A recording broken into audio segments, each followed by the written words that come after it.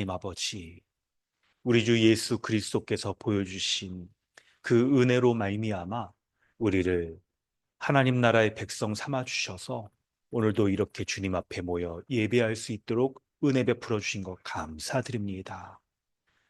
하나님, 우리의 상황과 처지나 건강이나 또 여러 가지 외부적인 환경 가운데서도 주님께 온전히 예배하길 원합니다. 우리로 하여금 하나님이 베풀어 주신 그 은혜 기억하며 감사함으로 온전히 예배할 수 있도록 주의 성령께서 주의 말씀을 통하여서 우리를 다스려 주시며 우리에게 찬양하며 우리에게 감사할 수 있도록 은혜도 더욱 더하여 주시옵소서. 세상적인 생각, 이 세상에 속해 살아가면서 이 세상의 생각과 가치관에 또 문화에 많이 노출되어 있습니다. 하나님, 이것이 우리의 믿음을 깎아버리지 않도록, 우리의 믿음이 약해지지 아니하도록 하나님 말씀 더하여 주시옵소서. 그래서 이 예배를 통하여서 세상 속에 살아가지만 그러나 이 세상에 속하여서 세상이 전부인 것처럼 살지 않는 그런 하늘을 바라보는 하나님 나라의 백성으로서 온전히 예배할 수 있도록 은혜 베풀어 주시옵소서. 감사드리며 예수님의 이름으로 기도드립니다. 아멘. 찬송가 21장입니다.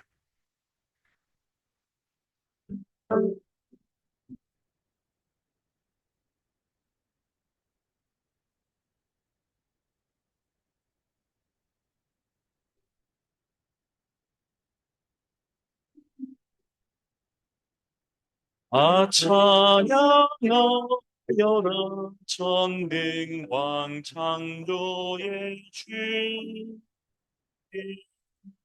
내 영혼의 찬양 평강과 구원의 주.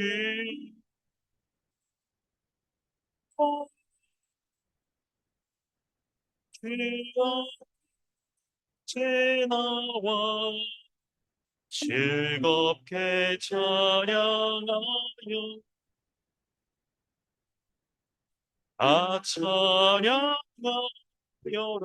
놀라운 만유의 주께 복이 받나 믿는 주시는 주님, 성도 주님의 딸이서 내 소원 다 이루리. 찬양하여라 몸과 마음을 바쳐 이 세상 남으리 주 앞에 다 나와 찬양. 성도 깊은 소리 높여 영원히 찬양하여.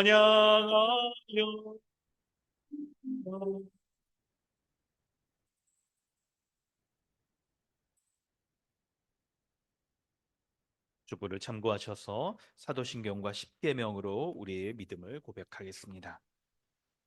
나는 전능하신 아버지 하나님 천지의 창조주를 믿습니다. 나는 그의 유일하신 아들 우리 주 예수 그리스도를 믿습니다. 그는 성령으로 잉태되어 동정녀 마리아에게서 나시고 본디오 필라도에게 고난을 받아 십자가에 못 박혀 죽으시고 장사된 지 사흘 만에 죽은 자 가운데서 다시 살아나셨으며 하늘에 오르시어 전능하신 아버지 하나님 우편에 앉아 계시다가 거기로부터 살아있는 자와 죽은 자를 심판하러 오십니다. 나는 성령을 믿으며 공교회와 성도의 교제와 죄를 용서받는 것과 몸의 부활과 영생을 믿습니다. 아멘. 너는 나 외에는 다른 신들을 내게 두지 말라. 너를 위하여 새긴 우상을 만들지 말라. 너는 내 하나님 여호와의 이름을 망령되게 부르지 말라. 안식일을 기억하여 거룩하게 지키라. 내 부모를 공경하라. 살인하지 말라. 간음하지 말라. 도둑질하지 말라. 내 이웃에 대하여 거짓 증거하지 말라. 내 이웃의 소유를 탐내지 말라. 아멘. 하이데베르그 교리문답은 29, 30 문답입니다. 왜 하나님의 아들을 예수, 곧 구주라 부릅니까? 그가 우리를 우리 죄에서 구원하시기 때문이고 또 그분 외에는 어디에서도 구원을 찾아서도 안 되며 발견할 수도 없기 때문입니다. 그렇다면 자신의 구원과 복을 소위 성인에게서 혹은 자기 자신이나 다른 데서 찾는 사람들도 유일한 구주이신 예수님을 믿는 것입니까? 아닙니다. 그러는 유일한 구주이신 예수를 말로는 자랑하지만 행위로는 부인합니다. 예수가 완전한 구주가 아니든지 아니면 참된 믿음으로 이 구주를 영접한 자들이 그들의 구원에 필요한 모든 것을 그들에게 찾든지 둘 중에 하나만 사실입니다. 아멘. 이 시간 우리 함께 기도하겠습니다. 예배 가운데 우리가 믿음으로 고백하는 이 문답을 통하여서 우리는 방금 살아계신 하나님 앞에 우리의 믿음을, 우리의 신앙을 고백하였습니다. 성도 여러분, 예수 그리스도, 우리 주 예수 그리스도가 유일하신 구원자이신 것을 참으로 믿고 실제의 삶에서도 그것을 의지하며 살아가는지를 돌아보길 원합니다. 우리는 그분 외에 어디에서도 그 어떤 것으로 구원을 찾을 수도 없고 그리고 찾아서도 안 된다라고 그렇게 고백을 했습니다.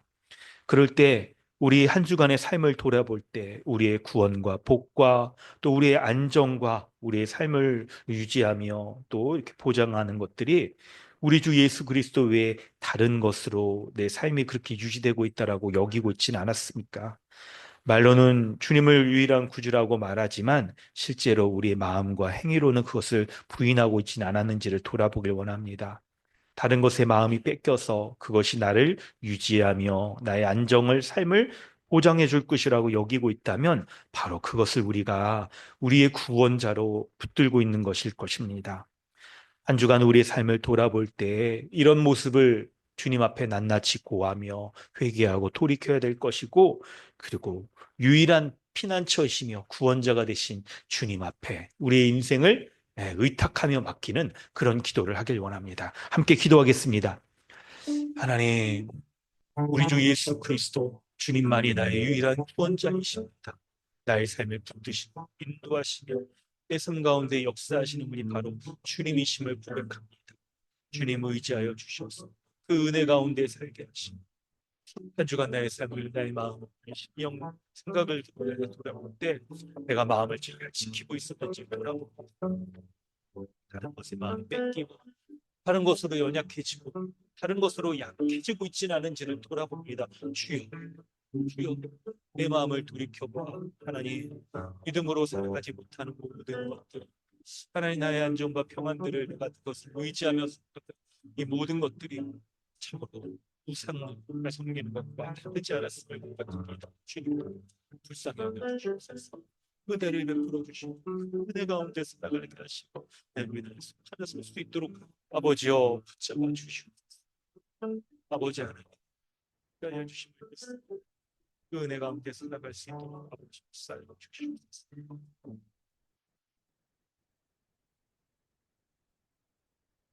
하나님 아버지 주님의 은혜 감사합니다. 우리로 하여금 그리스도 안에서 하나님 베풀어 주신 모든 은혜와 복락들 다 누리며 살아갈 수 있는 그런 복된 그런 존재이며 인생을 살게 하여 주신 것 감사드립니다. 하나님, 세상을 살아가면서 우리의 시선과 마음이 세상적인 정욕을 쫓아 그것을 마음에 채우려고 하는 것들이 있음을 주님 앞에 고백합니다. 그리고 어느덧 그것이 나의 삶을 이렇게 평안함을 주고 미래를 보장해 줄 것처럼 여기면서 살아갔던 것들이 또 우리의 모습인 것을 주님 앞에 고백합니다. 주님 말씀에 그런 것들이 바로 하나님이 아닌 우상을 섬기는 것과 다르지 않다라고 말씀하여 주셨는데 이 시간 주님의 복음의 말씀으로 나의 마음의 중심을 돌이켜 봅니다. 나의 마음에 오직 우리 주 예수 그리스도만 가득 차서 주님께서 만왕의 왕으로 세상을 다스리시며 주님을 사랑하고 순종하며 주의 뜻을 지키며 살아가는 자를 하나님 나라의 백성 삼아 주셔서 지금도 우리를 다스려 주시고 우리의 참된 안정과 평안과 또 미래를 보장하여 주시는 것들을 우리가 믿음으로 다시 한번 굳세게 붙듭니다. 이 시간 하나님 나의 마음에 주의 말씀을 통하여서 믿음 더하여 주시옵소서. 주님을 온전히 믿고 신뢰하며 살아가는 그 은혜로 말미암아 주님 앞에 감사하게 하시고 주님 앞에 참된 평안을 누리는 이 예배 될 수 있도록 인도하여 주시옵소서. 감사드리며 예수님의 이름으로 기도드립니다. 아멘. 찬송가 92장 찬양한 후에 김정우 형제님 기도해 주십니다.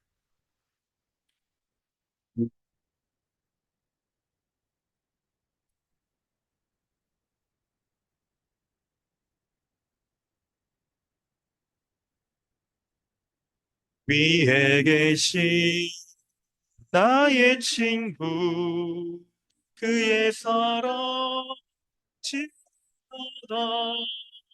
이는 예수 그리스도 나의 구주 나의 친구 사랑하는 나의 친구 늘 가까이 계시도다.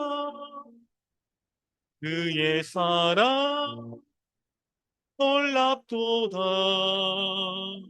변함없는 나의 친구 나를 위해 죽으시고 나를 구원하셨으니 기쁨으로 경배하며 찬양하리. 나의 친구 사랑하는 나의 친구 늘 가까이 계시도다. 그의 사랑 놀랍도다. 변함없는 나의 친구 내 맘속에 늘 계시고 영원토록 함께하네. 가지 되어 하나의 포도나무 나의 친구 사랑하는 나의 친구 늘 가까이 계시도다. 그의 사랑 놀랍도다. 변함없는 나의 친구 그날이와 황금길에 그의 영광 바라보며 그의 발에 날아들 때 만나보리. 나의 친구 사랑하는 나의 친구 늘 가까이 계시도다. 그의 사랑 놀랍도다. 변함없는 나의 친구.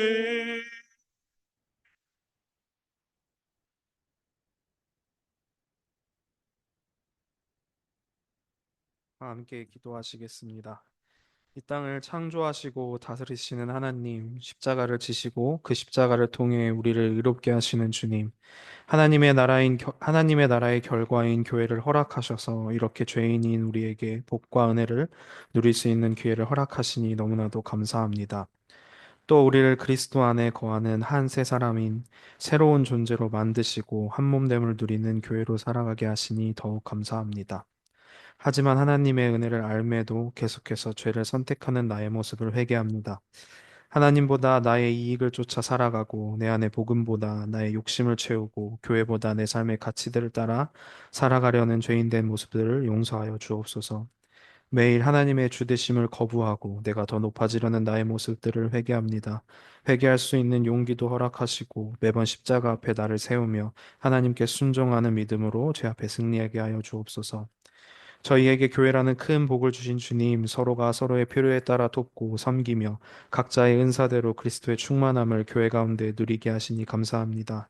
모두 함께 오직 말씀에 근거한 성경적인 교회를 꿈꾸며 그리스도 안에서 이미 하나인 것을 확신하고 인정하며 성령님을 통한 교제가 우리 가운데 계속되길 기대합니다. 주의 말씀을 듣기 원합니다. 한 주의 삶을 이 예배에 집중하며 이 말씀의 은혜를 통해 살아가게 하시고 앞으로의 삶을 하나님을 예배하는 교회로 살아가게 하여 주옵소서. 계속해서 목사님과 함께 하셔서 말씀을 가르치시는 것에 어려움과 힘듦이 없이 모든 것에 풍성하게 허락하여 주시고 말씀을 전하실 때 전하고 듣는 이 모두 함께 은혜의 충만함을 누리는 귀한 시간 되게 하여 주옵소서. 몸의 질병으로 어려움을 겪는 지체들, 그리고 각자의 기도 제목으로 매일 간구하는 모든 간구들을 기억하여 주옵소서. 오늘도 상상할 수 없을 만큼 우리를 사랑하셔서 이 은혜 가운데 허락하신 주님을 찬양합니다. 함께 하실 주님을 기대합니다. 사랑합니다. 감사합니다. 예수님의 이름으로 기도드립니다.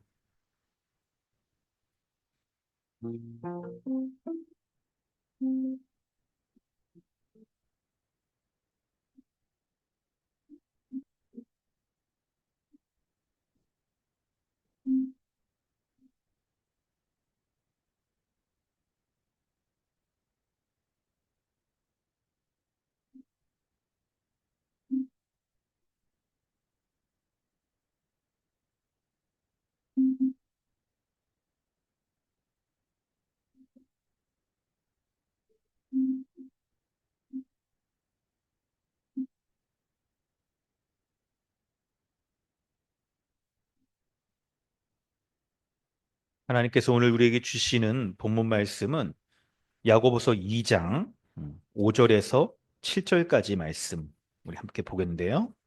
1절부터 7절을 우리 전체를 이렇게 읽도록 하겠습니다. 야고보서 2장 1절부터 7절까지 말씀을 봉독하겠습니다. 우리 함께 읽도록 하겠습니다. 내 형제들아, 영광의 주, 곧 우리 주 예수 그리스도에 대한 믿음을 너희가 가졌으니 사람을 차별하게 대하지 말라. 만일 너희 회당에 금가락지를 끼고 아름다운 옷을 입은 사람이 들어오고 또 남루한 옷을 입은 사람이 들어올 때에 너희가 아름다운 옷을 입은 자를 눈여겨보고 말하되 여기 좋은 자리에 앉으소서 하고 또 가난한 자에게 말하되 너는 거기서 있든지 내 발등상 아래에 앉으라 하면 너희끼리 서로 차별하며 악한 생각으로 판단하는 자가 되는 것이 아니냐. 내 사랑하는 형제들아 들을지어다. 하나님이 세상에서 가난한 자를 택하사 믿음에 부유하게 하시고 또 자기를 사랑하는 자들에게 약속하신 나라를 상속으로 받게 하지 아니하셨느냐. 너희는 도리어 가난한 자를 업신여겼도다. 부자는 너희를 억압하며 법정으로 끌고 가지 아니하느냐. 그들은 너희에게 대하여 일컫는 바 그 아름다운 이름을 비방하지 아니하느냐. 아멘. 할렐루야. 오늘도 예배 가운데 나오신 모든 분들 환영합니다. 우리 서로 인사하겠습니다. 반갑습니다. 안녕하세요. 네, 반갑습니다. 우리 이렇게 몸이 안 좋으셔서 못 오신 분들이 오늘 좀 있으시고요. 우리 또 이따 끝나고 또 줌에서 우리 같이 또 인사하고 그러면 좋을 것 같습니다. 네, 오늘 본문 말씀을 우리 함께 봤는데요. 1절부터 13절까지가 전체가 이 교회 안에서 가난한 사람들을 좀 어떻게 대해야 되는지에 대한 그 말씀들을 좀 다루고 있습니다. 지난주에도 좀 말씀을 드렸지만 여러분, 우리가 생각하는 것 이상으로 성경 말씀은 야고보서 말씀은 가난에 대한 이 문제를 좀 교회 안에서 좀 크게 중요하게 여겨야 된다라고 이렇게 딱 얘기를 하고 있어요. 그래서 1절에 1장에서도 낮은 형제에 대해서 어떻게 생각할지를 말씀을 하고 2장에서는 본격적으로 그 절수를 많이 늘리면서 말하고 그리고 그 뒤에서도 또 이렇게 얘기를 할 정도로 교회 안에서 이 가난의 문제를 적극적으로 대해야 된다라고 말씀을 하죠. 뿐만 아니라 이렇게 반복적으로 또 길게 말씀을 하는 이유는 우리가 생각보다 이 교회 안에서 가난의 문제들을 있죠. 성경이 말씀하는 그 수준, 하나님이 요구하시는 딱 그 정도까지 생각을 하거나 대하지 못하는 경우가 있는 거예요. 그렇기 때문에 이렇게 반복적으로 길게 막 이렇게 얘기를 하는 거겠죠. 본문 말씀을 먼저 좀 간략히 말씀을 드리고 이제 조금 더 이렇게 풀어서 좀 설명을 해보면요. 5절 말씀에 보면 사도 바울이 있잖아요.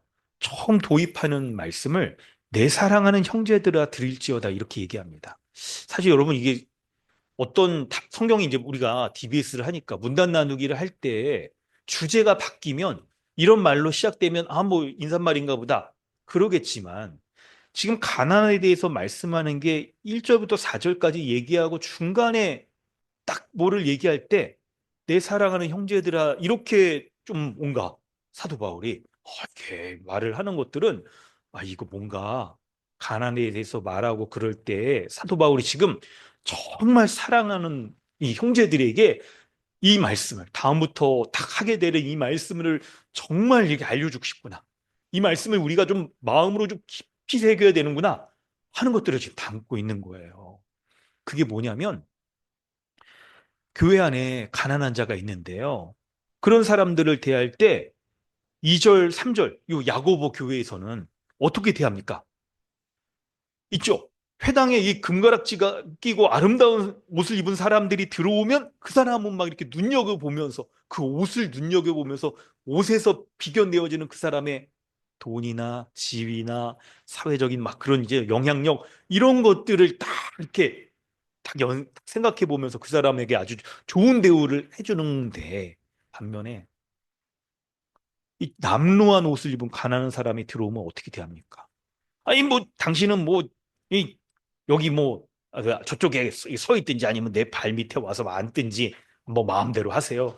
이렇게 차별을 하는 거예요. 이렇게 이런 사람들에게 정말 하나님이 가난한 사람을 어떻게 대하시는지를 알길 원한다. 사랑하는 형제요. 정말 진실한 마음으로 그렇게 알길 원한다. 얘기하면서 여러분 있죠. 5절에 다음과 같이 말하는 거예요. 하나님이 세상에서 가난한 자를 택하신. 그래서 믿음에 부유하게 하신다라고 말씀하는 거예요. 그리고 여러분 있죠. 5절에 이걸 다시 한번 반복해서 말하는데 이거 뭐라고 얘기하냐면 자기를 사랑하는 자들에게 약속하신 나라를 상속으로 받게 하신다는 거예요. 여러분 여기에서 자기를 사랑하는 자들이 다른 부류의 사람이 아니라 방금 얘기한 가난한 자를 가리켜서 딱 뭐라고 얘기하냐면 하나님을 사랑하는 자. 그리고 하나님 나라를 상속받은 약속하신 그 나라를 상속받은 자라고 이렇게 얘기를 하는 거예요. 여러분 이 말씀을 보면서 참 이게 깊이 있는 이 말씀에 우리가 도전도 받아야 되고 한편으로는 은혜도 누려야 되고 우리가 다른 사람들을 대할 때 어떻게 대해야 되겠는가? 특별히 먼저는 가난한 사람을 대할 때 어떻게 대해야겠는가? 그리고 좀 확장해서 다른 사람을 대할 때 내가 어떻게 대해야 되는가? 교회 안에서 사람들을 대할 때 어떻게 대해야 되는가? 여러분 이 말씀을 잘 알아야 되는 거예요. 그런데 이 6절에 이제 너희는 여기서 이 너희는 이제 야고보 교회예요. 너희는 도리어 가난한 자를 업신여겼다라고 말해요.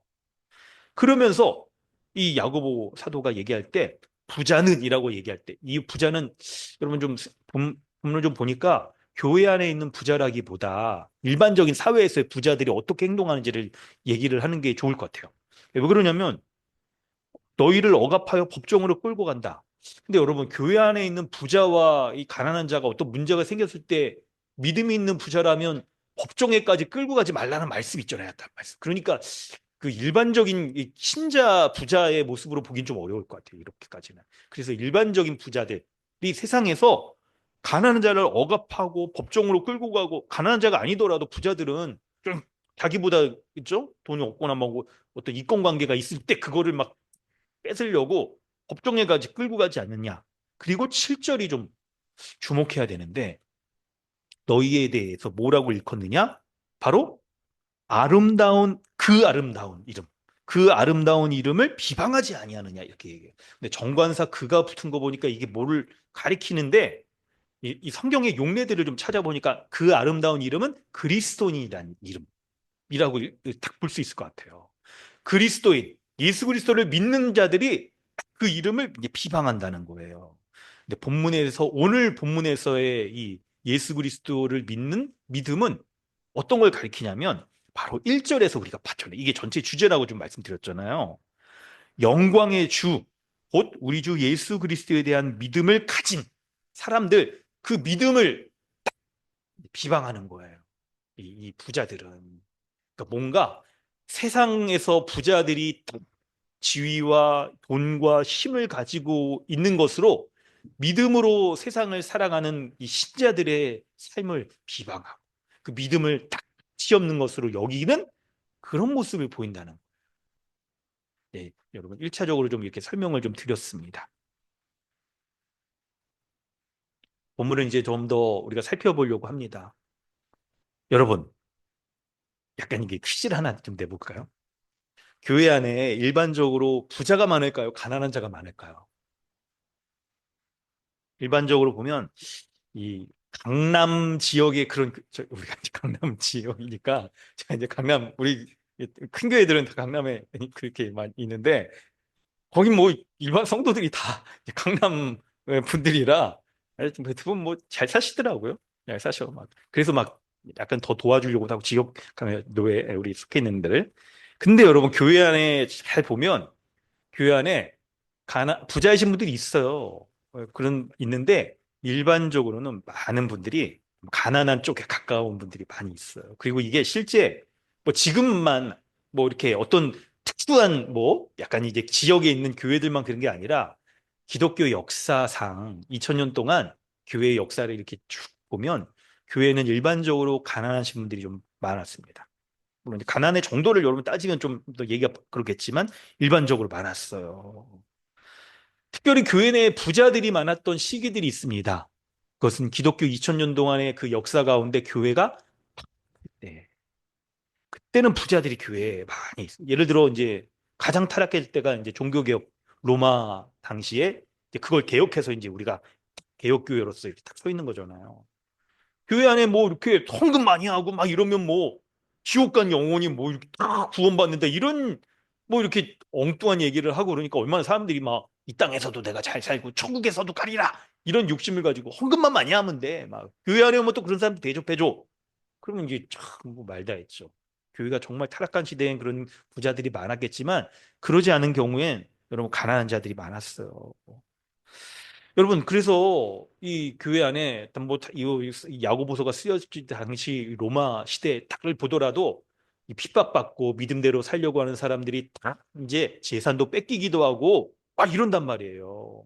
그래서 사람들에게도 그 자기가 속해 있던 그 공동체에서도 막 추방당하고 막 이러니까 돈이 막 이거 어렵죠. 이런 사람들이 근데 사회적으로 밀려나고 막 이런 사람들이 교회 안에 많이 들어오게 되는 거예요. 예. 그래서 교회는 상대적으로 가난한 사람들이 많이 있었어요. 그런데 여러분 그게 왜 그럴까를 이렇게 딱 생각해 볼 때, 왜 그럴까를 생각해 볼 때, 아니 이런 사람들이 정말 여러분 혹시 뭐 돈이 좀 있었다가 없어 본 경우가 좀 있으세요? 그런 경우 밖에 보면 마음이 어떻겠습니까? 마음이 정말 낙심이 되죠. 많이 없어져. 낙심이 돼요. 낙심이 됩니다. 그러다가 막 어떻게 돼요? 교회 안에 와서 위로를 받으려고 하다 보니까 가난한 사람들이 교회 안에는 가난한 사람들이 많다. 이렇게 그냥 일반적으로 우리 이렇게 생각을 할 수 있을 겁니다. 뭐 실제로 그런 면도 있겠죠. 그런데 여러분 이렇게 쉽게 생각할 수 있겠지만 성경은 그것을 이렇게 해석해요. 이렇게 뭐라고 해석하냐면 바로 5절 말씀에 하나님이 이 세상에서 가난한 자를 선택하셨다는 거예요. 선택하셔서 주권적인 하나님의 역사 가운데에서 그들을 교회 안으로 오게 하셨다는 거죠. 여러분, 이 해석을 우리가 정말 주목해서 봐야 되는 거예요. 하나님의 주권적인 택하심 가운데 교회 안에 가난한 자를 두셨다는 거예요. 우리가 이렇게 하나님의 주권적인 역사, 이것을 주목해서 본다고 한다면 그것으로부터 여러분 정말 큰 하나님의 지혜를 얻을 수가 있어요. 하나님의 지혜를. 여러분, 일반적으로 생각해 볼 때 가난한 사람이 뭐 나에게 큰 뭐 어떤 도움이 되겠습니까? 뭐 있죠. 교회에서 사람들도 가난한 사람이 오면 교회에 들어오면 그 사람이 무슨 능력이 있어서 교회에 뭐 도움을 준다거나 막 아니 뭐 사회적인 뭐 어떤 뭐 지위가 있어서 뭐 도움이 된다거나 이러고 바라지 않겠죠. 그런 걸 여러분 기대할 수가 없을 겁니다. 그런데 그런 사람을 일반적인 세상의 사람들은 다 가난한 자를 그렇게 대하는데 하나님은 그들을 선택하셨다는 거예요.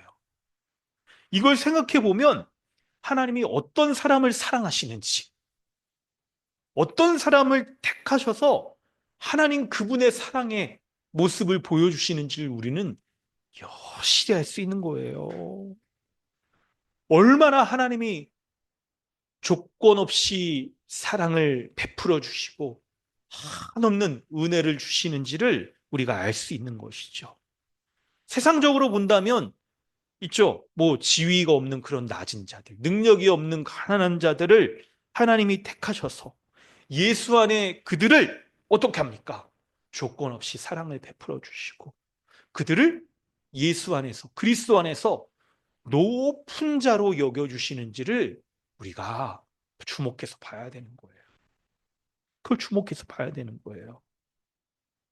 여러분 여기에서 우리는 하나님이 가난한 자를 이런 모습으로 대하시는구나 하는 것을 통해서 두 가지를 먼저 알 수 있습니다. 첫째는 하나님이 누구든지 사랑하시고 풍성히 은혜를 베풀어 주신다는 걸 알 수가 있어요. 만약에 하나님이 여러분 지금 우리를 그냥 딱 어떤 조건이나 능력이나 이런 걸로 선택하셔서 교회 안에 넣어 주셨다고 한다면 여러분 그 커트라인에 여러분 들만한 사람이 우리 안에 몇 명이나 될까요? 몇 명이나 될까요, 여러분? 그런 여러분 있죠? 세속적인 종교, 이 자기 행위의 열심으로 딱 종교 생활하는 그런 수준으로 본다고 한다면 우리는 다 지금 여기 교회 안에 못 들어왔었을 거예요. 그냥 오다가 교회 안으로 들어가려고 하다가 교회에서 요구하는 수준이 높으면 딴 데 가야 돼. 차를 돌려서 어디 뭐 절이나 근처에 어디 절은 없는지, 뭐 이게 하남 지역에 절은 없는지, 막 이런 데 찾아서 가야 돼. 여러분, 근데 그게 아닙니다. 하나님은 누구든지 하나님의 사랑을 조건 없이 값없이 베풀어 주시는 분이라는 거예요. 또한 두 번째로 이런 사랑을 하나님의 사랑을 받았다라고 한다면 그 어떤 것도 하나님의 은혜 안에 거하는 우리를 하나님의 사랑으로부터 떨어지게 하고 그 하나님의 사랑을 누리는 것들을 막을 수 있는 것이 없겠구나. 빼앗기지 않겠구나. 이 사랑과 은혜를 그걸 우리가 알아야 된다는 거예요. 왜 그래요?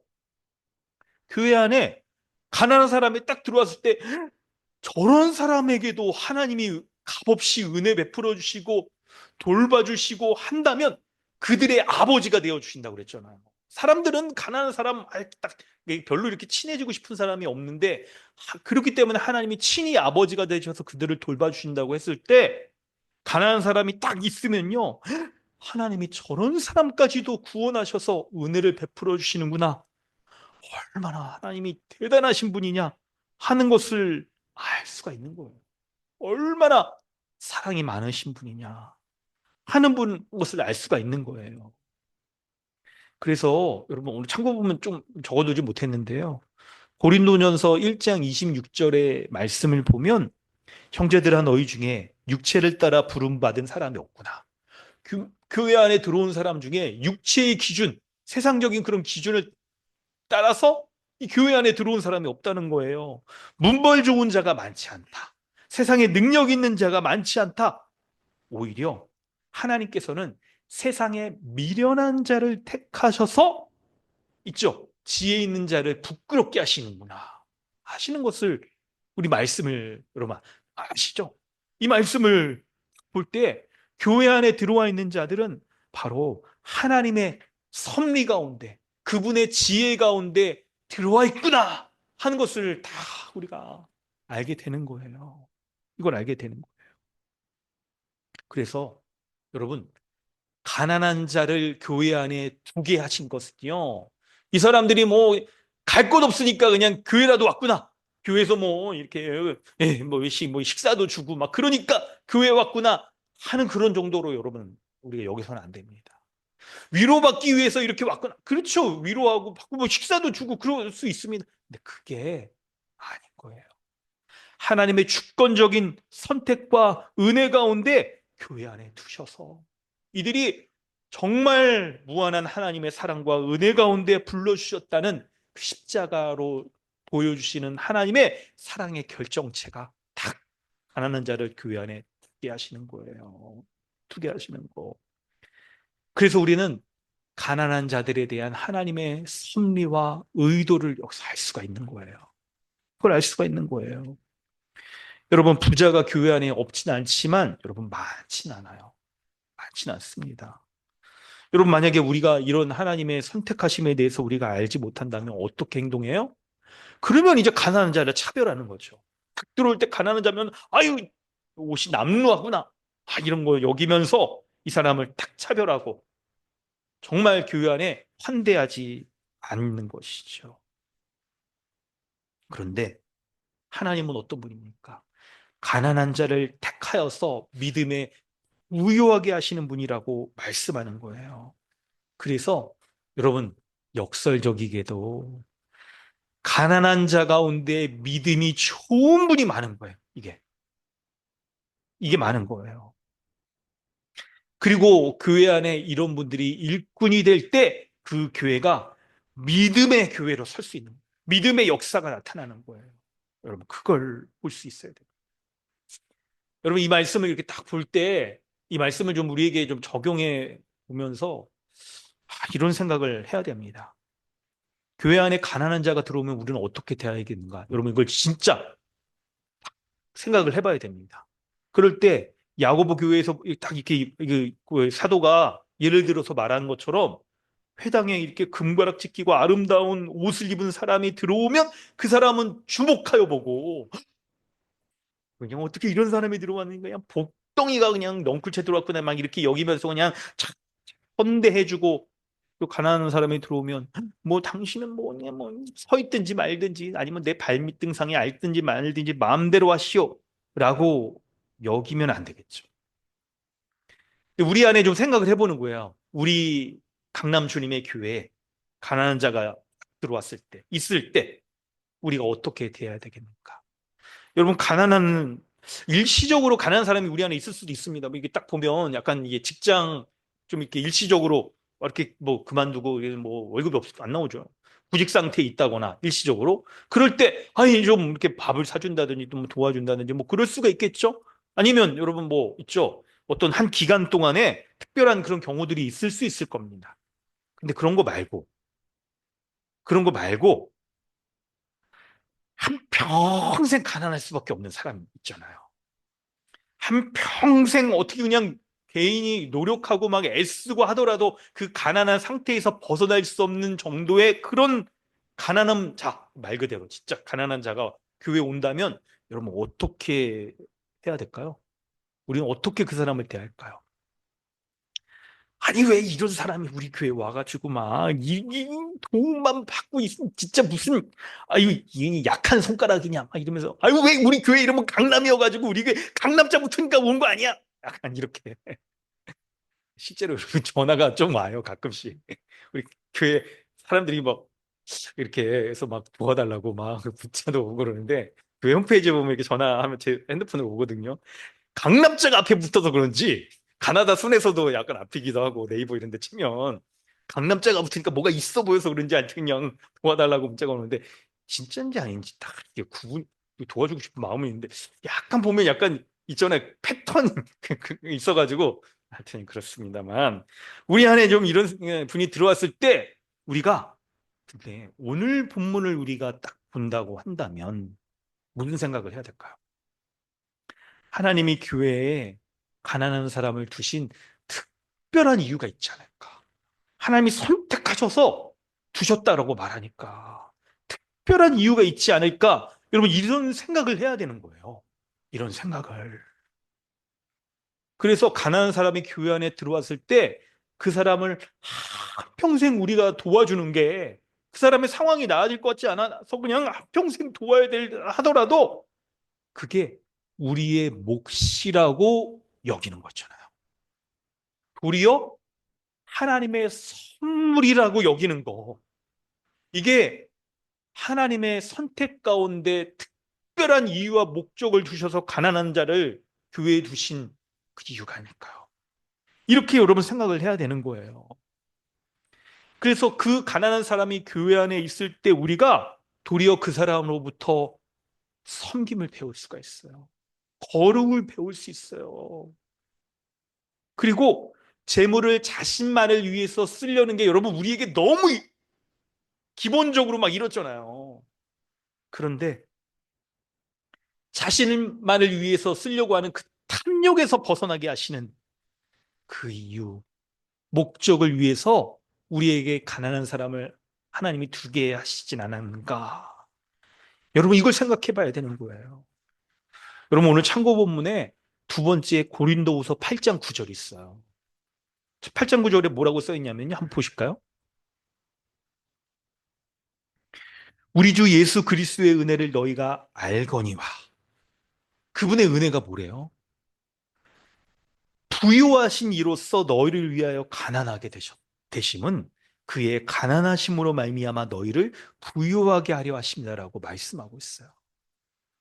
그분은 부유하신 분입니다. 하나님이시잖아요. 죄 없는 하나님의 아들이세요. 한 번도 죄 가운데 거하신 적이 없는 그런 분이세요. 그런데 우리를 위하여 가난하게 되셨다라고 말해요. 이게 여러분 그 뭘 말하는지는 아시죠? 하나님이신 그분이 인간의 모양으로 내려오신 것이 비천하게 되신 것이고, 죄 없는 그분이 죄인을 위하여 십자가에 달려 죽으신 것이 가난하게 되신 것.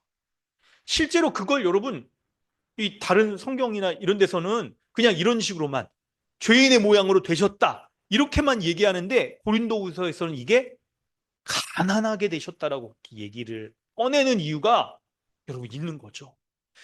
가난한 자, 교회 안에 있는 자들에 대해서 어떻게 교육이 되는지 우리가 예수님처럼 그분이 자신의 목숨, 생명을 다 주시기까지 다른 사람을 위해서 그 사람을 사랑하셔서 바퀴를 다 내어주신 것처럼 그분이 가난하게 되신 것으로 말미암아 우리가 부유함을 입었다는 거예요.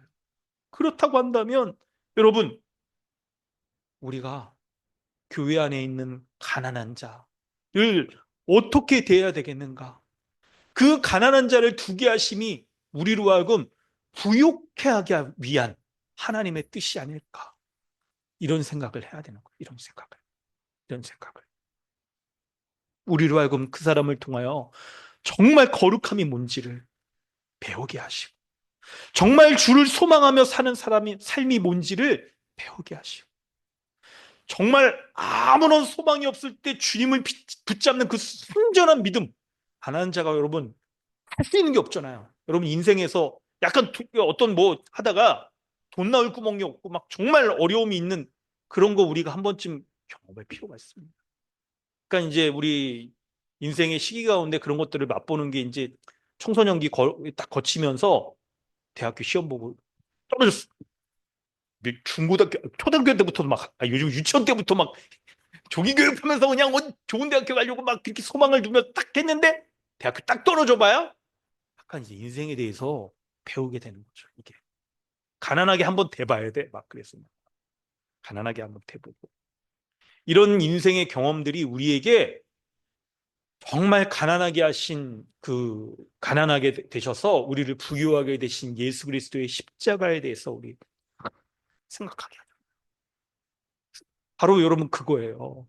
우리 안에 가난한 자가 딱 들어왔을 때 그 가난한 자를 두게 하신 그 주님이 우리로 하여금 가난한 자가 보인 그 믿음의 모습, 그리고 하나님을 사랑하는 그 모습에 대해서 우리로 하여금 본받게 하시려는 그 하나님의 뜻이 있는 거예요. 그걸 알아야 되는 거죠. 그걸 알아야 되는 거예요. 여러분, 그렇다고 한다면 우리 안에 가난한 자가 와 있을 때 그 사람을 차별할 수 있겠습니까? 그 사람을 딱 이렇게 딱 내치고 그럴 수가 있겠습니까? 그런 태도에서 벗어나야 되는 거예요. 벗어나야 되는 거. 그리고 한평생 그런 사람을 돌보기 위해서 정말 우리 마음을 쏟아야 되는 거죠. 마음을 쏟을 뿐만 아니라 실제적으로 뭔가 움직여야 돼. 마음을 쏟는다는 게 우리 복음을 아는 사람 입장에서는 삶의 열매로 딱 여러분 드러나는 거죠. 여러분 어떻게 할 수 있을까 이런 생각을 할 수 있어야 됩니다. 어떻게 할 수 있을까? 그런 생각을 해야 돼요. 저도 이걸 딱 돌아보고 그러면서 이 말씀을 받을 때, 아, 내가 뭘 할 수 있을까? 이럴 때 약간 이 저항감이 좀 있더라고요, 제가. 이 말씀을 할 때. 왜 그러냐면 이제 아마 그 가장으로서의 아버지로서의 막 그런 책임이 있고 막 이러다 보니까 어떻게 해야 되지? 애들도 그냥 잘 키우고 애들도 뭘 해야 되고 막 이런 생각을 먼저 이게 약간 이제 하게 되더라고. 그러니까 뭔가 다른 사람에게 뭘 하기보다 아, 이거 애들을 위해서 조금 더 이렇게 더 좀 남겨놓거나 좀 투자해 뭘 이런 해두면 어떻게 해야 되지 않는가? 이런 생각을 이제 먼저 하게 되더라고. 이제 가정이 있고 애들이 셋이나 되고 약간 막 그러다 보니까 막, 막 이런 생각이 드는 거예요. 그래서 아니 안 되겠다. 내가 지금 말씀을 좀 이 좋은 마음으로 순종하는 마음으로 받을기에 약간 이게 제거해야 될 장애물이 좀 있다고 여겨지게 되더라고요. 그래서 이런 제거가 아니 제거해야 될 그런 것들이 없는 청년 때의 마음으로 돌아가면 어떨까 이런 생각을 해보게 되면서 청년의 그 순수한 열정 있잖아요. 이때 시기로 돌아가서 내가 이 말씀을 받는다면 내가 말씀에 대해서 어떻게 생각할까? 그런 생각을 하게 됐어요. 그러면서 이제 청년의 사역을 하게 될 때 청년들이 보이는 그 모습들 딱 또 생각하게 됐습니다. 개척하기 전에 제가 그 교회 제법 규모가 있는 그런 교회 청년들이 좀 있었는데 거기서 어떤 문제가 있었냐면 여름 말씀 수련회를 이제 참석을 하려고 했는데 그때 청년들이 67명 말씀 수련회 갔어요. 막 교회 대형 버스도 타고 막 그랬죠. 막 근데 이제 말씀 수련회 여러분 가보시면 알겠지만 금액이 좀 있죠. 물론 이게 뭐 남기고 그런 게 아니에요. 이제 워낙 이게 큰데 장소도 빌리고 이제 그래야 되고 하다 보니까 막 그렇습니다. 근데 이제 청년들 가운데 이 여유가 있지 않는 그런 청년들이 참석하기가 막 이렇게 어려운 거죠. 막 주저되고. 그럴 때 좀 어떻게 해야 될까? 막 이렇게 할 때 수련 회비가 좀 부담되는 그런 청년들에게 먼저는 본인이 좀 알바를 하는 게 어떻겠냐, 방학 때. 6월달 방학 일찍 하니까 그때 놀고 막 어디 그럴 생각하지 말고 막 알바를 해서 수련회비를 마련하자. 이렇게 본인에게도 애쓰도록 하고. 또 한편 청년회가 1청, 2청, 2청년은 이제 직장 다니고 그런 청년들이었는데 직장인들에게 좀 그래도 좀 여유 있고 막 그러니까 작정원금을 하면 어떻겠느냐 하기도 하고 청년들 그 좀 리더가 속으로 해서 리더가 좀 청년들을 위해서 그 자기 조원들을 위해서 여름에 알바를 해라. 그래서 많은 청년들이 진짜 했어요, 진짜 알바를 할 때. 여름 되면 대학생들이 약간 이제 될 때 막 돈 모으면 자기가 사고 싶은 거 막 그거 사고 여행 경비 막 이런 거 이제 약간 이제 해외여행 우리나라 그러니까 이런 거 모으려고 막 하지만 말고 수련회비를 탁 돕기 위해서 네가 알바하고 그러면 야 진짜 인생을 살아갈 때 누군가를 위해서 내가 땀 흘리고 마음을 쏟고 섬겨주고 하는 이런 경험이 언제 한번 하겠냐. 그랬던 모습들이 있었습니다. 돈이 꽤 많이 이렇게 모이기도 하고 많이 갈 수 있었어요. 그래서 여러분 이거 딱 생각해 볼 때 단순하게 뭐 청년이니까 부양할 가족이 없고 뭐 돈 쓸 데도 없고 막 이렇게 돈 쓸 데 많지 뭐 이렇게 술 먹고 약간 그렇겠지만 쓸 때 만날 사람도 많고 그러니까 그래서 이렇게 할 수 있었던 거냐? 그러진 않을 거예요. 그러진 않을 겁니다. 바로 주님이 우리에게 보여주신 그 다른 사람을 자신이 가난해짐으로써 부유하게 하기 위한 그 마음들을 말씀으로 있는 그대로 받았기 때문에 그렇게 할 수 있었던 거 아닐까요? 여러분, 우리 안에 지금 이제 솔직히 얘기하면 여러분 이 정도로 우리 안에 가난한 사람은 다행히 우리 교회에는 없는 것 같아요. 근데 여러분 언젠가 이런 사람이 들어오지 않겠습니까? 그리고 우리 지체들 중에서도 누군가 진짜 까딱 뭐 해가지고 약간 그런 가난에 처할 수도 있지 않겠습니까? 그때 여러분 돕기 위해서 투잡을 좀 하시면 어떻겠어요? 혹시 약간 이 주변에 약간 있죠? 아침에 좀 신문 돌리는 거 좀 해보셨어요? 건강에도 좋아요. 아침 일찍 일어나서 신문 돌리 다이어트 뭐 이렇게 런닝머신 뛸 필요 있어요. 그냥 이런 신문 돌리기도 하고 막 약간 밤에 좀 대리운전 이거 뭐 이게 다른 거를 위해서 뭐 쿠팡 알바 이거 하고 다니는 거 있잖아요. 그거 하지 말고 지체를 돕기 위해서 여러분 그거 좀 하시면 어떻겠어요? 좀 이런 거. 지금 누가 없으니까 이거 말하기 편하더라고요. 이게 막 약간 미리 얘기하는 거죠. 미리. 이런 거 하기 위한 마음을 좀 가지시면 어떻겠어요? 좀 이게 열심히 수고해서 다른 사람을 도우라라고 하는 그 성경 말씀이에요. 그거에 여러분 부합하지 않겠습니까? 이게 성경에서 다른 사람을 도우라고 하는 정도가 내가 뭐 있는 여윳돈 가지고 도우라 그 정도가 아니라 열심히 수고해서 돕기 위해서 하는 거예요. 그거를 그거 좀 해보시면 어떻겠어요? 아니면 여러분 진짜 약간 뭔가 이게 외돈이 가끔가다 생기고 그럴 수 있잖아요. 이럴 때 이런 거. 아니면 내가 이것 때문에 여러분 11조 외에 12조 막 이런 거 하기도 하고 이런 마음들. 이거 우리가 가지면서 돌봐야 되는 것이겠죠. 여러분 근데 이게 이제 있죠.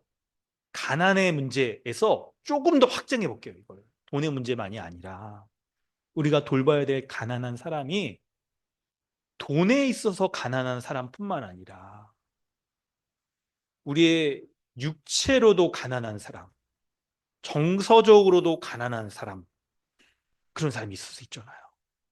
그래서 정신적으로, 신체적으로, 정서적으로 도와야 될 사람이 우리에게 있지 않을까요? 있겠죠.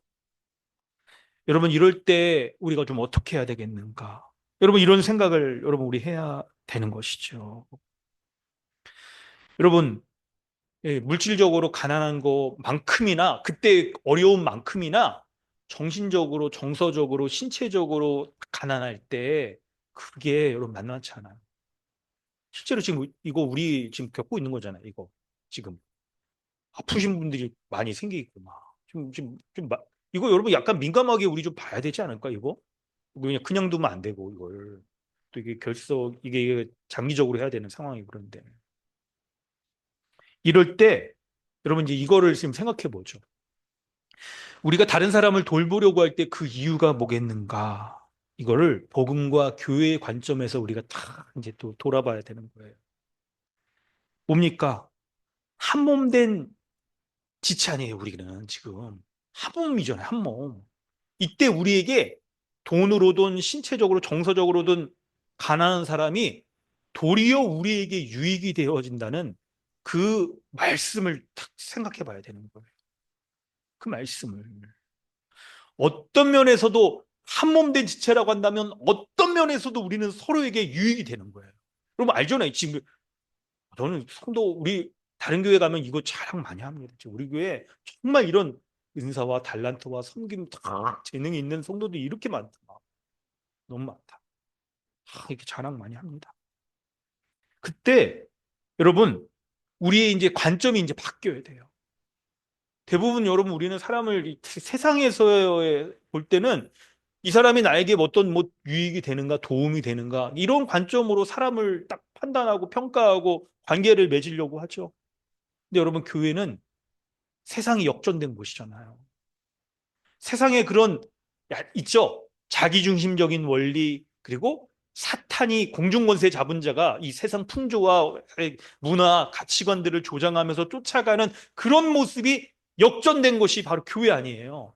그러니까 교회 안에서 우리가 사람을 대할 때는 나에게 유익이 되겠는가 하는 면으로 사람을 대하지 않고 도리어 어떤 사람이 있을 때 하나님이 이 사람을 우리와 한 몸이 되게 하셨다고 한다면 하나님의 관점에서 이 사람이 나에게 유익이 되지 않겠는가? 하나님의 마음으로 하나님의 시각으로 그걸 볼 수 있어야 돼요. 그거를. 그래서 우리는 못 보는 하나님만의 유익이 있겠구나 이런 생각을 하시고 그래서 하나님이 이 한범된 교회에 이 사람을 보내주셨을 때는 이 사람이 꼭 필요하기 때문에 넣어주시는 거예요. 꼭 필요하기 때문에 나에게 유익이 되도록 하기 위해서 이 사람을 넣어주셨구나 이런 생각을 해야 되는 이런 생각을 그래서 누군가를 볼 때도 있죠. 어떤 단점들이 우리는 있죠. 아직 완성되지 않은 이 세상을 살아가면서 우리가 단점들이 다 있어요. 그래서 그거에 집중해서 볼 게 아니라 하나님이 보시는 유익이 뭔가? 하나님이 나에게 이 사람을 통해서 주시는 유익이 뭔가의 관점에서 딱 사람을 대할 수가 있어야 되는 거예요. 우리가 이런 하나님의 마음과 관점, 여러분 이걸 갖지 못한다면 어떻게 합니까? 세상 사람처럼 그렇게 대하겠죠. 여러분 지금 이거 확장해서 말해서 잊어버리지 않기 위해서 왜 이런 하나님의 관점과 마음 이거 얘기하는지 아시죠? 하나님이 선택하셔서 교회 한번 되게 하셨다는 걸 통해서 이 확장해서 지금 얘기하고 있는 거예요. 근데 우리가 이런 하나님의 택하심에 대한 성경에 대한 말씀과 그런 그것으로 인한 관점과 태도와 딱 이거를 갖지 못한다면 우리는 이제 어떻게 사람을 대하게 합니까? 뭐예요?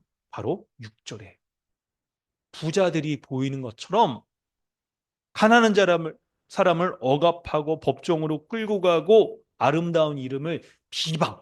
여기 여러분 단어가 세 개예요. 사람 대하는 게 세 개예요. 억압, 그리고 뭡니까? 업신, 억압, 비방. 업신, 억압, 비방. 하나님의 그 선택, 하나님의 목적과 하나님의 마음을 알지 못하면 우리 안에 이게 드러날 수 있다는 거예요. 여러분, 이 단어를 좀 묵상해서 좀 내가 사람을 대할 때 그렇게 대하진 않는지를 생각해 보세요. 이게 업신, 억압, 비방. 그 단어를 좀 찾아보셔도 좋을 것 같아요. 죄송합니다, 여러분. 설교자가 이것 좀 찾아서 말씀드려도 좋겠는데 설교가 약간 길어져, 그래서 약간 생략을 했는데 묵상해 보니까 이거 내가 이렇게 대하진 않으니까 이거 해야겠더라고요. 이게. 그래서 좀 설교 준비가 끝난 다음에 하지만 여러분에게 좀 약간 숙제? 여기 좀 리더들이 좀 단어 찾아보셔도 좋을 것 같아요, 이거. 그래서 개인적으로 더 적용하시면 굉장히 더 좋을 것 같습니다. 여러분, 만약에 우리가 이런 모습을 볼 수 있다는 거예요. 하나님의 이 마음과 관점을 갖지 못한다면 사람들이 이렇게 대할 수 있다는 겁니다. 그때 여러분, 아름다운 이름을 비방한다는 거. 이게 우리 안에 어떤 모습으로 드러날까요? 그 아름다운 이름이란 건 바로 그리스도인이라는 이름. 당시에 로마 시대에 이 사람들 있잖아요. 그리스도를 믿는 사람들이다. 딱 이렇게 이제 사람들이 딱 생각했는데 여기서의 구체적인 거는 이 오늘 본문에서 구체적인 건 아까 말씀드렸다시피 영광의 주를 믿는 사람들이다라는 것을 비방하는 거예요. 여러분 그 비방을 받으면 이게 어떤 거겠습니까? 영광의 주를 믿는 신자는 그리스도 안에서 영광스러운 존재라는 것을 비방하는 거예요. 그래서 믿음의 관점으로 보면 이 사람이 얼마나 주 안에서 영광스러운 존재인데 그거를 비방하고 인정하지 않고 바라보지 못하고 어떻게 합니까? 세상의 관점에서 가난한 자, 업신여김 받을 만한 자, 그렇게 여기는 거죠. 그렇게 여기는 거. 그러므로 우리도요 가난한 사람을 대할 때 어떻게 해야 돼요? 세상 사람들이 흔히 대하는 것처럼 그렇게 업신여기고 억압하고 비방하는 것으로부터 바뀌어줘야 돼. 어떻게 해야 돼요? 그다음부터는 그 아름다운 이름을 비방하는 것이 아니라 어떻게 할까요? 안 비방. 그 아름다운 이름을 안 비방. 이건 좀 이상. 어떻게 하면 좋을까요? 그 아름다운 이름을 하여튼 높이는 존귀하게 여기는 여러분 그런 마음 가져야 되는 거예요. 그런 마음을 세상에서 사람들이 그렇게 사람들을 대하는 방식을 쫓지 않고 가난한 자를 도리어 그리스도 안에서 아름다운 존재구나. 이렇게 여겨야 되는 거죠. 그렇게. 이걸 설명을 좀 해볼게요. 이렇게까지 설교 준비를 하다가 이게 본문에서 이 아름다운 이름이 비방받지 않는 그런 모습이 더 있지 않을까? 이 생각을 딱 해보니까 본문 안에 있더라고요. 여러분, 있죠? 그러니까 우리가 다른 사람을 가난한 자를 대할 때 아름다운 이름을 가진 자구나 딱 여기면서 그 사람을 딱 차별하지 않고 사랑해야 된다라고 말할 때 여러분 첫 번째는 그냥 일반적인 방식으로 우리가 이해하고 있는 딱 이게 있습니다. 그렇게 설명할 수 있어요. 여러분 이거 약간 주목해서 지금 한번 설명 좀 들어보시겠어요? 뭐냐면 일반적인 방식인데 우리 모두는 하나님의 사랑받는 자입니다. 그렇기 때문에 서로를 귀하게 여겨야 돼요. 여러분, 이게 좀 일반적인 방식이에요. 근데 이게 딱 이렇게 있죠. 여러분, 복음 가운데 배웠으니까 우리 알잖아요. 하나님의 사랑받는 자로서 딱 우리도 그 사랑 해야 된다. 사랑해야 된다. 다른 사람을 사랑해야 된다. 근데 이걸 약간 일반적인 방식으로 지금 말을 하려고 하는데, 생각해 보니까 이것조차도 일반적이지 않은 거예요, 사실은. 왜 그러냐면 우리는, 여러분, 출발이 하나님께 사랑받을 수 없는 자예요. 하나님께 차별받아야 되는 자인 거죠, 원래는. 그런데 구원받을 가치가 없는 사람을 구원을 베풀어 주신 걸 생각해 볼 때 그 자체로 우리가 큰 사랑을 받은 자인 거예요. 그러니까 얼마나 하나님의 차별 없는 사랑, 차별을 뛰어넘는 그 사랑을 받아서 큰 사랑을 받았는데 우리가 다른 사람을 차별할 수 있겠는가? 1만 달란트 탕감받은 그 사람이 나 아닌가? 그러니까 나에게 있죠. 이 몇 달란트, 뭐 이렇게 데나리온 이런 거 빚진 사람을 우리가 차별하고 그럴 수가 없는 거죠. 사랑할 수밖에 없는 거예요. 여러분, 세상에서는 우리는 있죠. 서로가 서로를 남처럼 대하던 사람인 거예요. 우리의 이기적인 본성을 따라 딱 자기중심적인 본성을 따라 살아가던 그런 자인 거예요. 그리고 사람과 사람 사이에 갈등하고 심지어는 폭력을 일으키고 빼앗고 내가 위에 올라서려고 하는 게 우리의 그 본성을, 옛 본성이지만 그걸 쫓아 살아가는 게 우리의 모습인 거예요. 그런데 하나님께서 우리를 큰 은혜와 사랑 베풀어 주셔서 한 가족으로 묶어 주시고 이제는 그리스도의 마음을 가지고 그리스도의 본성을 쫓아서 있죠. 집합적 존재로서 우리를 딱 묶어 주셔서 그리스도처럼 우리가 가난하게 되어서 다른 사람을 부유하게 할 수 있는 자로 만들어 주셨다니, 그게 얼마나 큰 은혜인데 그걸 일반적인 거라고 이렇게 얘기할 수, 깎아내릴 수 있어요? 그쵸. 그것도 일반적인 건 아니에요. 그런데 본문을 자세히 보니까 이게 설명 방식이 이거가 좀 차원이 다르더라고요. 어디냐면 이쪽 5절에 내 사랑하는 형제들아 들을지어다. 하나님이 세상에서 가난한 자를 택하사 믿음에 부요하게 하셨대요. 그 다음이 중요한 거예요. 자기를 사랑하는 자들에게 약속하신 나라를 상속받게 하셨다는 거예요. 상속으로 받게 하지 않으셨느냐. 지금 가난한 자를 뭐라고 얘기합니까? 하나님을 사랑하는 자들, 약속하신 나라를 상속받은 그런 자라고 지금 얘기를 하고 있는 거예요. 가난한 자가 우리 안에 있는 유익은, 여러분, 그들이 믿음의 부요함을 받은 자일 뿐만 아니라 그들이 얼마나 하나님을 사랑하고 있고 그들이 하나님을 사랑하는 그 모습을 보면, 우와, 천국이 이미 임했구나. 그걸 알 수 있다는 거예요. 그걸 알 수 있다는 거예요. 이게 하나님이 가난한 자를 우리 안에 두신 그 하나님의, 그 가난한 자를 본받게 하신 하나님의 이유인 거예요. 부자는 결코 이런 거 보이기 어려운 거예요. 도리어 가난한 자가 보일 수 있는 믿음의 본, 얼마나 그가 믿음으로 부유한 자인지를 보이게 된다는 거예요. 야, 그리고 여러분, 이건 이제 일반적으로 생각하면 정말 그럴 수밖에 없을 겁니다. 사회적으로도 돈이 없잖아요. 지금 뭐 그 상황을 해결할 수 있는 게 없으니까 주님 붙들어야죠.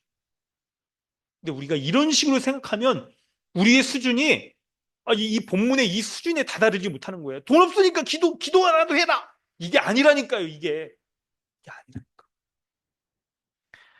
여러분, 자신이 그리스도 안에서 가난한 사람은요, 자신이 그리스도 안에서 얼마나 부유한 자가 되었는지를 먼저 그걸 알고 부유한 자로서 누리고 있는 그 지위와 영광과 특권을 붙잡고 살아가는 자인 거예요. 여러분, 이걸 볼 수 있어야 됩니다. 이거를. 이거를. 그래서 비록 돈으로, 세상적인 기준으로서 돈은 없다 하더라도, 그러나 하나님께서 나를 딱 하나님의 자녀 삼게 하셔서 하나님을 아버지로 여기며 살아가게 하시고 그분의 은혜 가운데 살아가게 하신 딱 자신의 지위를 볼 때 내가 얼마나 영광스러운 하나님의 자녀가 되었는가, 하나님의 특별한 인도와 돌봄 가운데 살아가는 그런 특권 지위를 가지고 있는 사람인가? 세상의 부자는 알 수 없는 지위, 세상의 부자는 맛볼 수 없는 하나님의 인도하심 가운데 살아가는 자인가? 하는 것을 볼 때 자신이 얼마나 믿음 가운데 부유한 자인지를 알게 되는 거예요. 그걸 누리고 있는 거예요, 그거를. 그리고 교회 안에 다른 지체들도 그 가난한 성도를 볼 때 그가 얼마나 믿음으로는 부유한 자인지를 딱 보게 되고, 세상적인 기준에서 어떤 재물이 없어서 어려움을 당한다 하더라도 하나님을 붙잡고 있는 그 믿음이 이미 그에게 하나님 나라가 완성될 그 하나님 나라를 누리며 살아가고 있는 거예요. 그 하나님의 특별한 도우심 가운데 하나님의 인도를 받아 살아가는 그가 어떻게 합니까? 내게 능력 주시는 자 안에서 내가 모든 걸 할 수 있는 것으로 자족할 수 있는 능력도 배우게 되고, 그걸 누리고 있게 되고, 그것으로 평안함을 누리게 되고, 그것으로 더 이상 세상에 있죠, 부를 딱 축적하려고 하는 그것으로부터 벗어나서 도리어 하나님께 감사할 수 있는, 그게 이미 천국이 이루어진 거예요. 이미 하나님 나라를 상속받은 그 모습을 보여주고 있는 거예요. 근데 부자는 그걸 보여줄 수 있을까요? 어려워. 낙타가 바늘길을 탁 통하는 것처럼, 할 수 없는 것처럼 불가능에 가까울 수 있어요. 왜냐하면 자신에게 선택지가 많거든요. 나의 돈이 있어요. 사회적인 지위가 있어요. 능력이 있어요. 그러니 하나님을 의지할 수 있는 게 있습니까? 없어요. 믿음의 부유한 믿음의 능력을 발휘할 수 있는 게 상대적으로 적어요. 도리어 그래서 가난해져 봐야 여러분 믿음의 진짜 부유한 자로 설 수 있게 되는 그런 은혜가 있는 거예요. 그러므로 가난한 자는요, 사회적으로 지탄받을 그런 자가 아니라 지금 믿음으로 말미암아 얼마나 부유함을 누리고 있는 자인지 그거를 우리에게 딱 보여주고 있는 샘플인 거예요. 이미 천국을 누리고 있는, 이미 하나님 앞에 자족함으로 살아가고 있는 그런 샘플을 보여주고 있는 거예요. 그것 때문에, 그 믿음 때문에 그가 지금 자기를 사랑하는 자들이라고 말할 때, 이 사랑하는 이라는 것은 현재형이에요. 그러니까 한번 우리가 예수님 처음 믿을 때 하나님을 사랑한다, 첫사랑, 이걸 말하는 게 아니라 그 이후에 어떤 어려운 환경과 상황과 처지 가운데에서도 하나님을 사랑하고 있는 자들, 이걸 가리키는 거예요. 지금 돈의 시험이 왔습니까? 관계에 어려움이 있습니까? 환경에 문제가 있습니까? 그것 가운데서도 믿음의 부유한 자로서의 면모를 보이면서 하나님을 여실히 지금도 사랑하고 있는 것, 지속적으로 끊이지 않고 살아가고 있는 것, 이게 바로 이미 천국이 임했기 때문에 보여줄 수 있는 믿음의 부유한 자의 면모인 거예요. 할렐루야. 이거 본받으라고 가난한 자 넣어주신 거예요, 이거. 여러분, 이거 생각해 보니까 마음이 어느 정도까지 가냐면, 왜 우리 교회는 이런 정도의 가난한 자가 없어서 그 가난을 본받을 수 있는 자가 없는가? 약간 표현이 좀 그럴 수 있지만, 왜 하나님은 우리 교회에 이런 가난한 성도 보내주시지 않아서, 왜 우리는 그냥 그 정도로 가난하진 않아가지고 믿음의 부유함들을 우리가 넉넉히 이렇게 본받지 못하는가? 왜 안타깝다. 이름에 강남자가 붙으니까 그냥 가난한 성도가 안 오는 거야. 바꿔야 되나, 이름을? 가난한 주님의 교회, 이렇게 바꿔야 가난한 자가 우리 가운데 그런 본을 보일 사람도 있겠는가, 막 이런 생각 혼자 막 해봤어요. 막 교회 이름 바꾸고 막. 여러분, 그거예요. 근데 여러분, 한편 이렇게 생각해 보면 우리 모두가 가난한 자가 보이는 그런 부유한 믿음과 환경과 상황을 뛰어넘는, 신체적인 어려움에도 딱 뛰어넘는 그런 사랑을 주님 앞에 보이는 자인 거예요.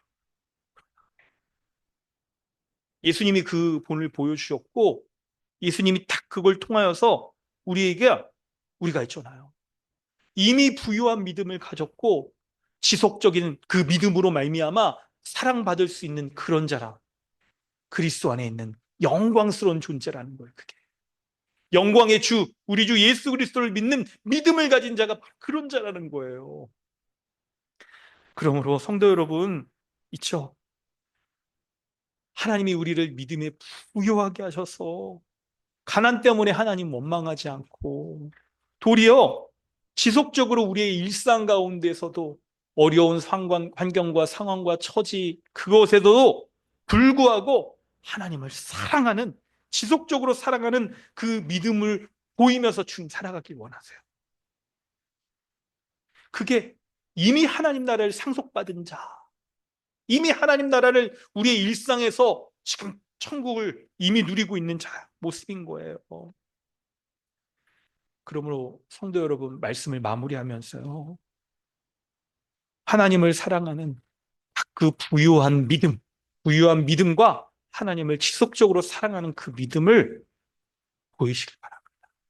그리고 우리 안에 가난한 자가 있거든, 들어오거든, 우리 평생의 뭐 업보다 이렇게 여길 게 아니라 평생의 선물이다, 그걸 여기는 거예요.